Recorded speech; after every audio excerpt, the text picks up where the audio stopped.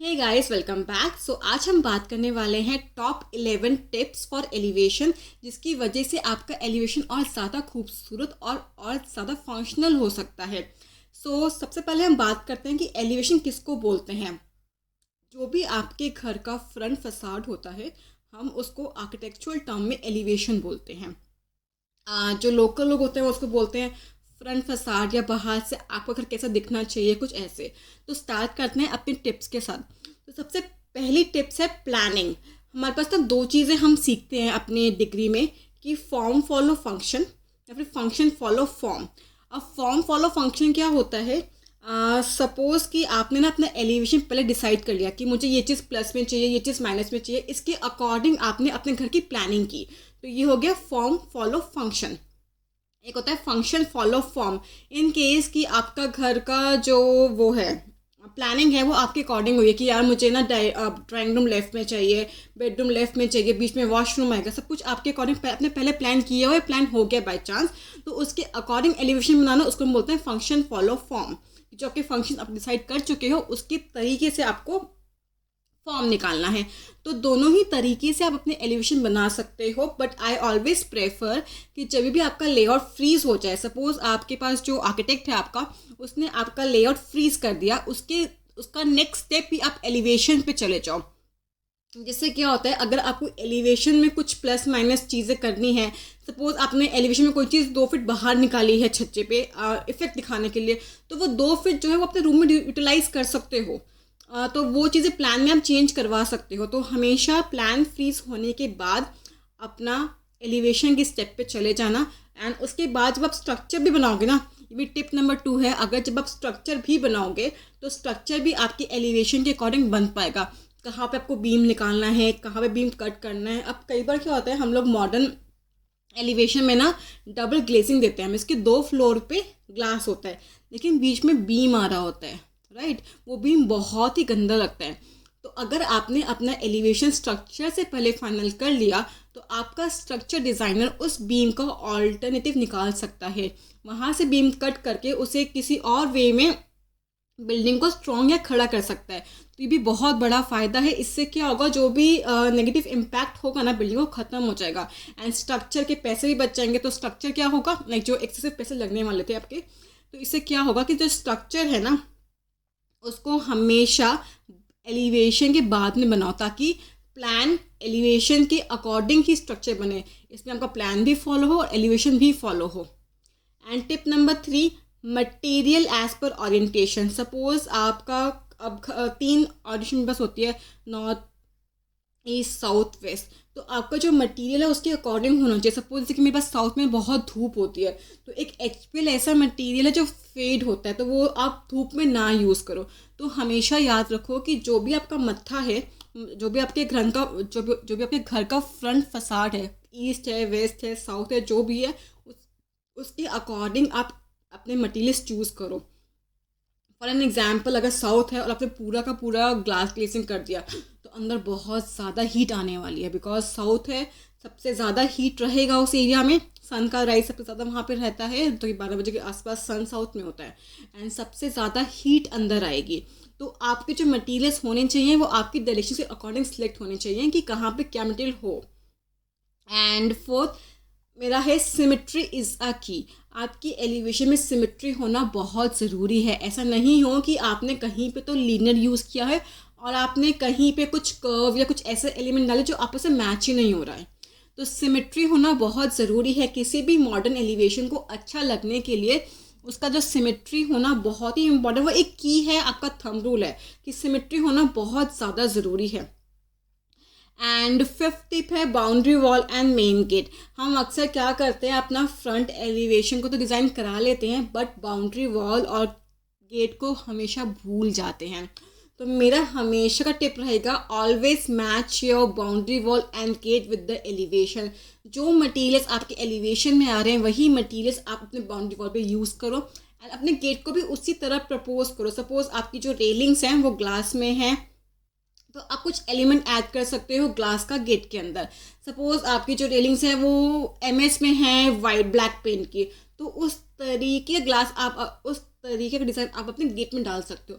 तो हमेशा ट्राई करो कि अपने एलिवेशन के साथ साथ अपने बाउंड्री वॉल और गेट को भी मैच करो, ताकि ओवरऑल चीज़ सेम लगे। बिकॉज हम अक्सर भूल जाते हैं कि हम सोचते हैं वहाँ हमारी नज़र नहीं जाएगी, बट कोई भी गेस्ट आएगा तो सबसे पहले आपका बाउंड्री वॉल ही देखने वाला है। And please let me know कि अगर आपको बाउंड्री वॉल पे एक अलग से वीडियो चाहिए तो आई विल मेक दैट। ठीक है, तो हमेशा ट्राई करो, हमेशा ही लाइक ट्राई नहीं करना, हमेशा करना ही है, अपने बाउंड्री वॉल और गेट को भी डिज़ाइन करना है अपने एलिवेशन के साथ। एंड माई 6th टिप, एक हैवी एलिमेंट्स अबव। अब सपोज हम ना कुछ चीज़ें हैवी डालते हैं, कुछ सी चैनल डालते हैं या फिर कुछ बॉक्सिंग बनाते हैं, कोई भी एलिवेशन में जो चीज़ हैवी पार्ट हो, जहाँ पे आपका सारा डिज़ाइनिंग आ रहा हो, वो चीज़ हमेशा ऊपर के फ्लोर्स पे होनी चाहिए। उससे क्या होता है, सपोज अगर आपने नीचे के फ्लोर पे डाल दिया तो एक आई लेवल होता है बंदे के पास, तो वो जो आई लेवल होता है वो ऊपर का होता है। अगर वो चीज़ आपने नीचे डाली तो आपको आपका घर ना बहुत दबा हुआ दिखाई देगा दूर से। बिकॉज हमेशा हैवी चीज़ें ऊपर होनी चाहिए, नीचे थोड़ी सिमेट्री हो, ताकि जब बंदे की आई लेवल ऊपर तक जाए तो वो उसको ऑलरेडी बहुत सूदिंग और बहुत काम लगे। उसकी हाइट इतनी होगी कि वो हैवी होते हुए भी मुझे हैवी नज़र नहीं आएगा, एंड प्लस देखने में बहुत अच्छा लगेगा। तो आपको कोई भी हैवी चीज़ें या फिर कोई भी हैवी डिज़ाइनिंग यूज़ करनी है अपने एलिवेशन में, तो वो आप हमेशा ऊपर देखो, ऊपर ही रखो, I mean to say that. And 7 चीज़ इज़ बजट। हमेशा अपने आर्किटेक्ट या अपने डिज़ाइनर को अपना बजट ज़रूर शेयर करना, बिकॉज एलिवेशन एक ऐसी चीज़ है जिसमें मटेरियल के थ्रू अगर हम लोग 4 लाख से 10-12 लाख तक भी लेके जा सकते हैं। बिकॉज मटेरियल एक ऐसी चीज़ है, सपोज अभी हमने एलिवेशन में सिर्फ टेक्सचर पेंट्स यूज़ किए हैं, एपेक्स पेंट यूज़ किया, हमने कोई भी टाइल वाइल का खर्चा नहीं कराया, तो वो एलिवेशन अगर 3-4 में फिनिश हो रहा है, और जहाँ पे आपको, हम क्या करते हैं जब भी हम लोग डिज़ाइनिंग करते हैं, हम बहुत चीज़ें ना नेट सर्फिंग करते हैं या फिर उससे बोलते हैं डिज़ाइन कि मुझे कुछ ऑप्शन दिखाओ। अब उसने आपको ऑप्शन दिखा दिए HPL के, ईपे के, मार्बल के, स्टोन्स के, तो वो ऑफकोर्स आपको कॉस्ट बढ़ाने वाला है। तो इस बेटर कि सबसे पहले अपना बजट अपने डिज़ाइनर के साथ ज़रूर शेयर करो, ताकि आपको वो उसी के अकॉर्डिंग डिज़ाइंस दिखाए एंड उसी के अकॉर्डिंग आप चीज़ें फ्रीज़ कर पाओ। बिकॉज ऐसा होता है मेरे साथ, बहुत बार मेरे क्लास होता है कि यार उन्हें कुछ पसंद आ जाता है, बट बाद में आता है यार ये तो बहुत महंगा बनने वाला है, यानी कि मेरा जो 10 दिन की वर्किंग थी वो भी ज़ीरो हो गई, बिकॉज क्लाइंट अफोर्ड नहीं कर सकता। तो सबसे ज़्यादा ज़रूरी है कि अपना माइंड पहले से सेट कर लो कि मुझे एलिवेशन पे इतना पैसा ही खर्च करना है, ताकि डिज़ाइनर उसी के अकॉर्डिंग आपको चीज़ें सजेस्ट कर पाए। एंड मेरी एक चीज़ है लो मेंटेनेंस। हमेशा ट्राई करो कि जो भी आपका एलिवेशन में जो चीज़ें यूज़ कर रहे हो वो लो मेंटेनेंस हो। एंड आजकल हर एक चीज़ का ऑल्टरनेटिव है। सपोज़ अगर कोई चीज़ मुझे 10 साल की गारंटी देती है कि यार ये 10 साल ठीक रहेगी, 11वें साल ये फीड होना स्टार्ट हो जाएगी या फिर इसे रीपॉलिश होगी, तो हर चीज़ का मेरे पास ऑल्टरनेटिव है। तो हमेशा ट्राई करो कि जो लो मेंटेनेंस वाली चीज़ें हैं वो आप ज़्यादा ज़्यादा यूज़ करो। एंड एलिवेशन में कभी भी कोई भी टाइल सीमेंट से मत लगाना, हमेशा केमिकल से ही लगाना। बिकॉज हीट जब आती है तो वो चीज़ें नीचे गिरने लगती है। आपने बहुत बार देखा होगा पुरानी बिल्डिंग्स में कि टाइल्स नीचे गिरी पड़ी हैं, तो वो सारे इशू ख़त्म हो जाए, इसलिए हमेशा केमिकल से टाइल लगाना अपने एलिवेशन के अंदर। एंड 9th मेरी टिप है लाइट। लाइट का बहुत इंपॉर्टेंट रोल करता है एलिवेशन में। अब देखो आपने बहुत अच्छा एलिवेशन बना लिया, वो जो दिन में तो बहुत खूबसूरत लग रहा है बिकॉज वो बहुत ही अच्छा एलिवेशन बना है, बट रात में जब उसमें कोई लाइट नहीं होगी सही जगह पे, तो वो एलिवेशन बहुत दबने वाला है, बहुत छुपने वाला है। तो उस एलिवेशन को नाइट इफेक्ट में वो बहुत अच्छा लगे, तो सही जगह पे लाइट यूज़ करना बहुत ज़रूरी है। आउटडोर एलिवेशन के लिए बहुत सारी लाइट्स आती हैं, वॉल वॉशर, 2 वे लाइट, बहुत कुछ आता है, तो वो सब चीज़ें आप यूज़ करो। आप ना एक बहुत सस्ते से एलिवेशन को में भी ना बहुत महंगा दिखा सकते हो, उसमें सही तरीके लाइटिंग दिखा के उसको बहुत सुंदर बना सकते हो। तो लाइट बहुत इंपॉर्टेंट पार्ट है, तो हमेशा लाइट का ध्यान ज़रूर रखना कि कहाँ कहाँ पे आपको लाइट देनी है, बाउंड्री वॉल पे देनी है, जो प्लस पॉइंट है उस पर देनी है, कहाँ देनी है। पर हमेशा ध्यान रखा कि लाइट्स आपके एलिवेशन में होनी चाहिए, ताकि वो जितना सुंदर दिन में है उतना सुंदर वो रात में भी लगे। 10th door and window. And पता है मेरा ना एक क्लाइंट था, उसने कहा कि ना उसके लाइक बिल्डर फ्लोर था, 4 फ्लोर थे, उसका फ्लोर था 2nd फ्लोर, कि सर कि मैम मुझे ना UPVC चाहिए, बट ऊपर और नीचे क्या था, वुडन डोर्स। तो ऐसी गलती कभी मत करना कि आपका एक फ्लोर पे तो कुछ और मटेरियल है आपके 2 विंडोज़ में, एंड उसके ऊपर कुछ और मटेरियल है। तो ये वाली गलती कभी भी मत करना, इससे एलिवेशन बहुत ही गंदा दिखाई देता है। अगर कुछ ऐसी सिचुएशन आती भी है तो ट्राई कि आप यूपीवीसी में भी वुडन लुक वाला यूज़ करो, ताकि सिमेट्री मेरी सेम चलती रहे, because symmetry is the key. आप हमेशा एलिवेशन में कोई भी सिमेट्री नहीं खो सकते। अगर कोई सिचुएशन आती भी है कि आपको कुछ चेंज करना पड़ रहा है, तो ट्राई टू मैच, कि आपके पास जो एग्जिस्टिंग है उससे मैच कर सको।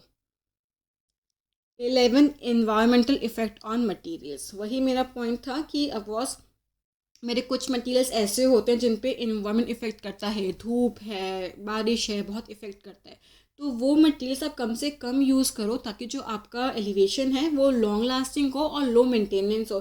सपोज़ आपने कोई ऐसा एलिमेंट यूज़ किया जो धूप के कारण फेड हो जाता है, जैसे कोई पॉलिश वाला एलिमेंट यूज़ किया, या बारिश की वजह से उसकी उसकी जो ब्यूटी है वो ख़त्म हो जाती है। तो ऐसे एलिमेंट आप कम से कम यूज़ करो। आप इन 11 टिप्स को यूज़ करके अपने किसी भी एलिवेशन को बहुत सुंदर और बहुत ही इनोवेटिव बना सकते हो, बिकॉज ये बहुत ही मिनिमल चीज़ें हैं, बट हम अक्सर फॉलो करना भूल जाते हैं। स्पेशली अगर मेरे भी कुछ क्लाइंट्स हैं जो बहुत एज्ड हैं, लाइक उनकी एज 45 ईयर्स है, बट उन्होंने अपनी लाइफ में आज तक इन बातों का भी ध्यान दिया ही नहीं है। तो वही चीज़ें, एक नॉर्मल बंदा है, आईटी का है, वो इन चीज़ों को कभी नहीं ध्यान देता। तो अगर आप अपना घर खुद से भी बनवा रहे हैं तो इन सारी बातों का ध्यान ज़रूर रखना, बिकॉज ये बहुत ही छोटी टिप्स हैं, बट ये बहुत बड़ी बन जाती हैं जब लॉन्ग टर्म में बात आती है। तो so guys, that's all from the today. I hope do you like it. If you do so channel को सब्सक्राइब करके ज़रूर जाना। Thank you guys for watching, and keep supporting, keep loving. It means a lot to me. Thank you guys.